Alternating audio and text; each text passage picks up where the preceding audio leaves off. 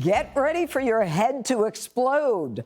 Joe Biden thinks his presidency is a smashing success. There is no quit in America. Name me a single objective we've ever set out to accomplish that we've failed on. Name me one in all of our history. Not one. Challenge accepted, Mr. President. How about your border crisis? Democrats in the sanctuary state of New York are taking shots at one another over who's to blame for the spiraling migrant crisis. Governor Kathy Hochul sending a scathing 12-page letter that rips New York City Mayor Eric Adams over his management and failing to properly use the state's resources. But the Democrat mayor firing right back at her. We're hoping that the governor will put in place an executive order that will prevent us from having to go from location to location to location. New York just cannot continue to take this flow. Okay, Greg, isn't this what happens when you declare yourself a sanctuary city and a sanctuary state? And is this the beginning of the implosion of Democrat lawmakers in New York? I don't know. I mean, at first I gotta defend Biden. He was talking about history. So it wasn't necessarily about him, but that he was using that, I believe, as a camouflage against all the problems, which are the border, crime, education, mental health, us pouring billions into a war while not helping out the folks in Hawaii, and also not uniting the country, which is what he was elected to do, and so far has been doing nothing but divide him. But I still find that troubling because he's not well. I mean, I'm sorry. That screaming like that irrationally, and you know, I never scream on this show. I usually try to keep myself, I try to keep America calm. Rational. It's always rational, but he's like, there's something going on there. The Democrats can't admit this openly.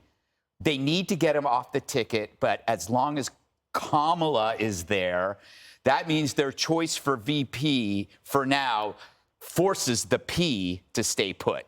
Because you can't get rid of him if she's still hanging around. You know, no one wants Joe for another term, much less for 4 or 5 months. But the only thing worse is that chuckling gas bag. So it's like they don't know what to do. They're in a tight little corner.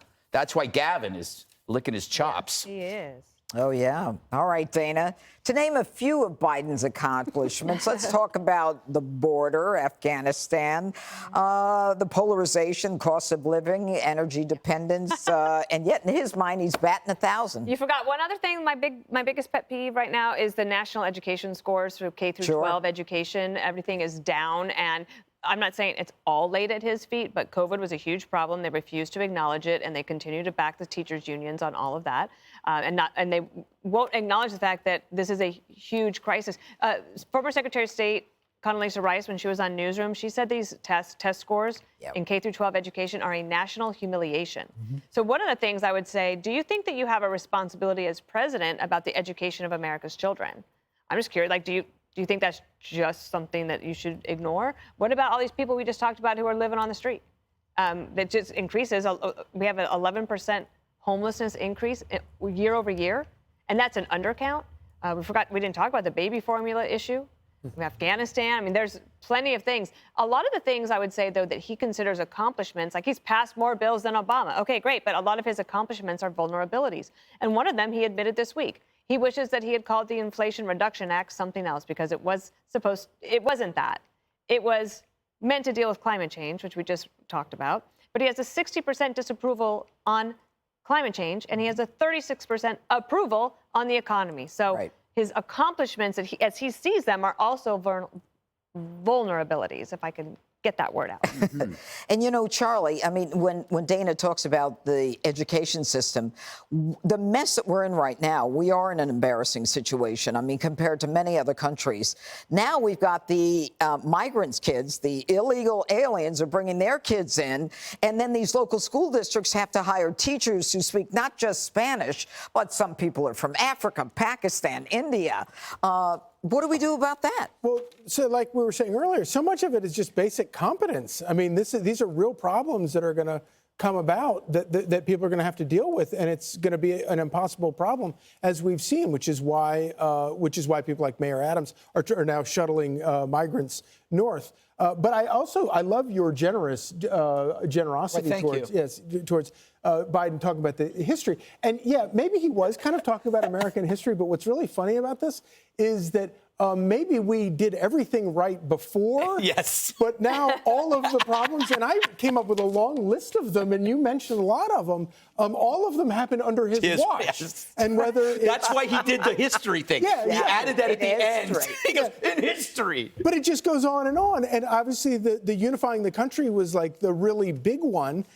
Because that is such a disaster. It turns out that calling half the country Nazis is probably not a really good way to do it. But it reminds me of, do you remember the Simpsons episode where the town of Springfield declared Jimmy Carter history's monster? We have a new history. We have a new monster.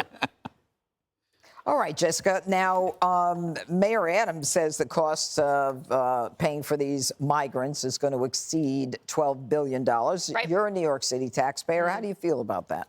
I think the federal government better pony up for this, and that it's on them at this point. I think that it's important for us to remain a sanctuary city. There's good reason to be sanctuary cities, and there are a lot of Republicans throughout history. Didn't Mayor Adams say he doesn't want to be a sanctuary city anymore? He actually came out and said that. No, he said that he wants this dealt with. I don't think that he said... He did. He came out and said he's sorry about the sanctuary. You're a build the wall, spend money on the wall Democrat. No, pony up and pay for the migrants that are here.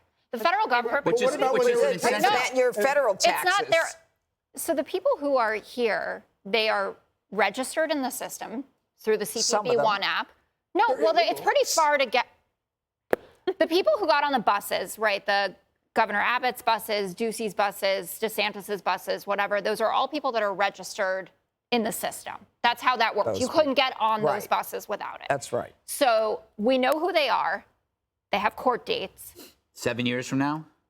Some of them, yes. But we have a long history of having undocumented people here who are a tremendous boon, not only for our economy, but for our society. That. That's just always a straw man argument. We love immigrants. We just want a system that works.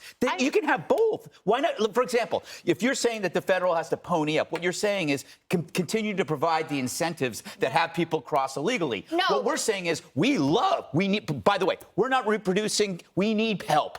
We need people to, that's the hard truth. Yep. But the point is, you got to do it through a process. And you know what?